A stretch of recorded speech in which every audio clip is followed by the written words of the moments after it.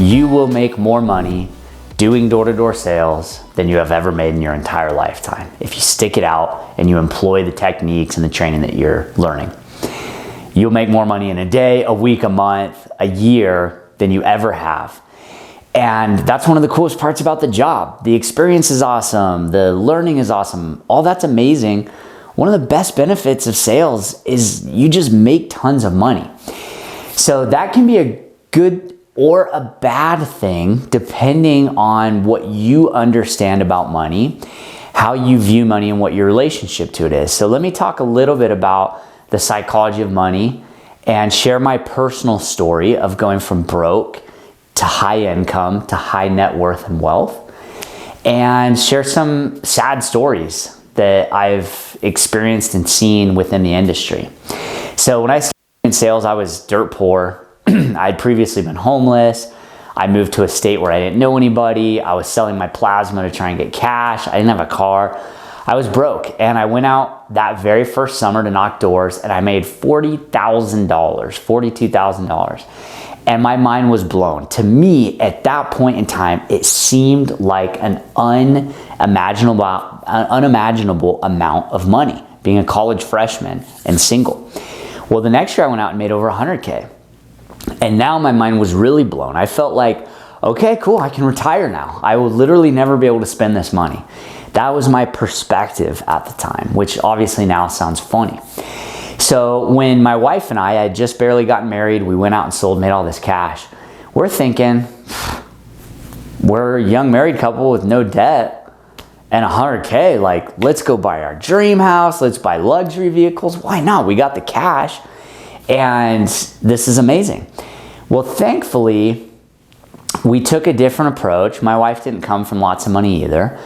And we thought, you know, we're both happy with our lifestyle. It's not like we need to go buy luxury vehicles and designer clothes and a brand new build in the nice neighborhood. We don't need any of those things. We're perfectly content. What if instead we just kept our lifestyle where it's at? And we invested the rest of the money. We saved it. We bought real estate. We put it in the stock market. Why don't we do that instead? So we as a couple decided to do a 10-year lifestyle freeze, where no matter how much money we were gonna make over the next 10 years, we were gonna keep our lifestyle and our expenses the same. So instead of looking at new homes and the nice neighborhood where all the other successful young families were with all the amenities, we started looking at investment properties and duplexes, and we found an amazing duplex. And when I say amazing, I mean financially, not lifestyle-wise. It was not amazing lifestyle-wise. It was on the south side of town, down the street from a methadone clinic. The house was literally 100 years old, needed renovations, but it was a cash cow. And we moved in, we put some sweat equity into it, and we still own that duplex. It's been paying us money every month for the last 15 years. It's appreciated in value. It's spun off other properties. So that was one of the best things we ever did. And guess what? We were 23 at the time. 10 years later, we were 33, which, you know, if you're in your early 20s, that seems like an eternity away. It's not. It comes really fast. But if you make smart choices early on and you allow the benefit of time to compound your investments, you will be teed up so much better in life. And we were able to build a 7-figure net worth by the time we were in our early 30s, and save up for kids' college and our retirement, and just invest in private equity, do tons of really, really, really cool things. On the flip side, I have friends that started at the same time as me that have also made really good money, that didn't save and invest. They didn't curb their lifestyle. They didn't live on less and invest the rest. They used that money to create more liabilities. So they went and bought a really expensive car with a high monthly payment. They went and bought a really expensive condo or house with a high monthly payment. And after 15 years now, they are in a worse financial situation. And now they're just going to be working for the rest of their lives because of how they've managed their money, the lack of discipline that they've shown in consumer purchases, and how small the investing has been. So It's up to you. I'm not ever to say, hey, you can't enjoy the money that you worked hard and earned, or that you should hoard your money and everyone thinks you're dirt poor, but really you just have cash that's just sitting there not blessing anyone's lives, including your own.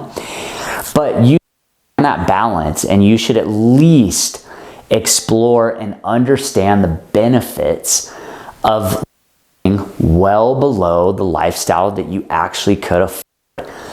Everything is a trade-off. Everything is an opportunity cost. So I think that the perspective that a lot of sales reps have, especially if they're young, is I'll live it up now because I'm young, I got cash, who cares?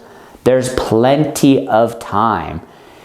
Shift gears later and start saving and investing later. Or I'll be making so much more money later that I'll just have this same lifestyle but be making more money later.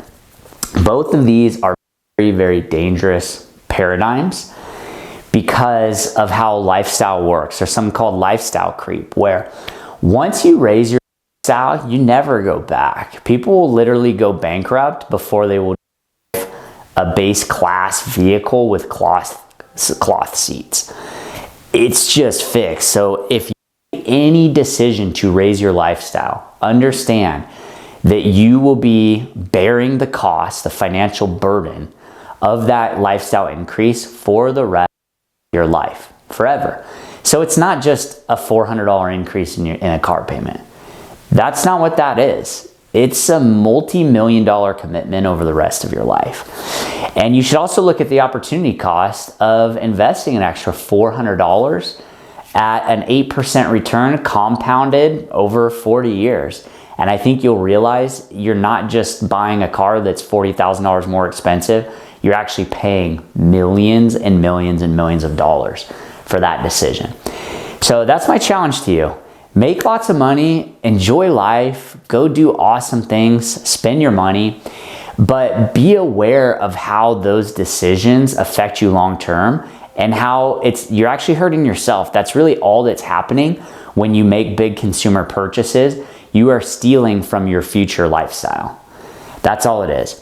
If you want a technique, a very simple hack you can do to make sure that you're in line with where you need to be financially for your future, it's a principle called pay yourself first. So if you want to ensure that as your income increases and your lifestyle increases, you're carving out something for yourself, then bake in at least 20%. Every Friday, every paycheck, 20% disappears. It just goes straight from your bank account into an investment account. And those are now sacred funds that you may not touch. They don't belong to you anymore. They belong to future you. At least 20%. And guess what?